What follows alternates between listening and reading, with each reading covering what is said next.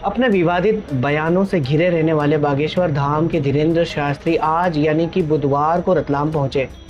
धीरेन्द्र शास्त्री का रतलाम में धर्म कथा का कार्यक्रम एक वीआईपी कार्यक्रम था, जिसमें वीआईपी एंट्रीज थी। धीरेन्द्र शास्त्री अपनी कथा के लिए प्रसिद्ध नहीं, बल्कि इनकी प्रसिद्धि तो विवादित बयानों से है। जब भी मुंह खोलते हैं विवादित या नफरती बोलते हैं। धीरेन्द्र शास्त्री को देख युवाओं को एक ही प्रेरणा मिलेगी कि जब कुछ काम धाम नहीं हो तो बाबागिरी की ओर रुख कर लेना चाहिए, क्योंकि इसमें फेम और नोट दोनों ही आसानी से मिलते हैं।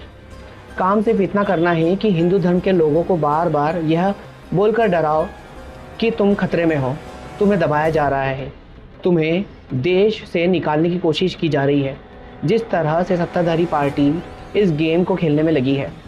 बहरहाल रतलाम में भी धीरेन्द्र शास्त्री आए, लेकिन मोहब्बत भरी बातें इनके मुंह से सुनाई नहीं दी, या इनकी धर्म कथा में मोहब्बत सुनाई दी हो, क्योंकि कथा के नाम पर तो मंच से केवल नफरत परोसी जा रही थी।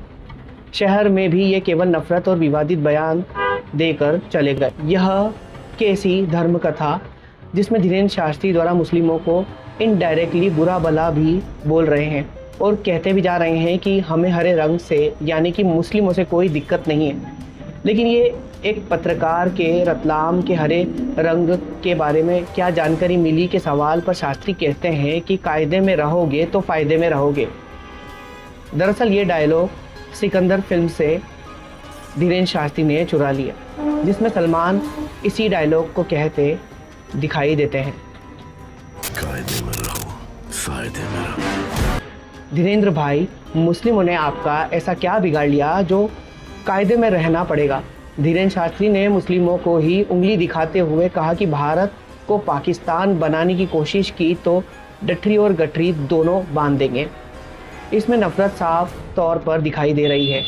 अपने बयान में धीरेन्द्र शास्त्री यह भी बताते जाते कि भारत को पाकिस्तान किस तरह से बनाया जा रहा है। खुलेआम एक धर्म को ही टारगेट कर शास्त्री किस तरह की कथा और संदेश दे रहे हैं, यह तो दिखाई दे रहा था। इस तरह से मुस्लिमों को उन्हें उंगली दिखाकर चेतावनी देना उचित नहीं। इससे इन महाराज की मुस्लिमों के प्रति नफरती फितरत खुलेआम सामने दिखाई दे रही है। ये रतलाम में धर्म कथा कहने नहीं बल्कि नफरत कथा कहने शहर आए थे, या यूँ कहें कि एक ज्वेलरी शोरूम ने अपनी झांकीबाजी दिखाने के लिए लाखों रुपए धीरेन्द्र शास्त्री की ट्रस्ट में जमा करवा कर शहर में एक समाज के प्रति नफरत उगलवाई। आखिर इस तरह के नफरत भरे आयोजन की परमिशन प्रशासन ने कैसे दे दी। आधे घंटे के इस कार्यक्रम में हजारों की तादाद में महिलाओं और अधिकारियों, नेताओं के परिजनों की भीड़ धीरेन्द्र शास्त्री को देखने के लिए उमड़ी थी। मंच पर बैठकर शास्त्री ने मीडिया से देश से छुआछूत मिटाने और हिंदुओं को एक करने की बात कही।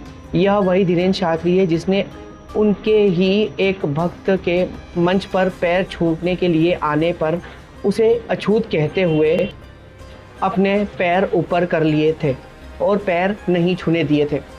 इसके बाद उन्होंने अपने बयान में सफाई दी थी कि वे खुद को अछूत कह रहे थे, लेकिन वीडियो में कहीं यह सुनाई नहीं दिया था। पदयात्रा इसलिए हम निकाल रहे हैं कि भारत हिंदू राष्ट्र हो गए और देश से छुआछूत मिटे और हिंदू एक हो जाए। हिंदू को जगाने के लिए हम फिर से अक्टूबर नवंबर के महीने में दिल्ली से वृंदावन तक पदयात्रा कर रहे हैं।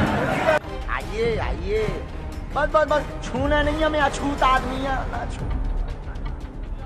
जो खुद मंच पर छुआछूत का बर्ताव करता हो, वह देश से अछूत का व्यवहार कैसे दूर करेगा।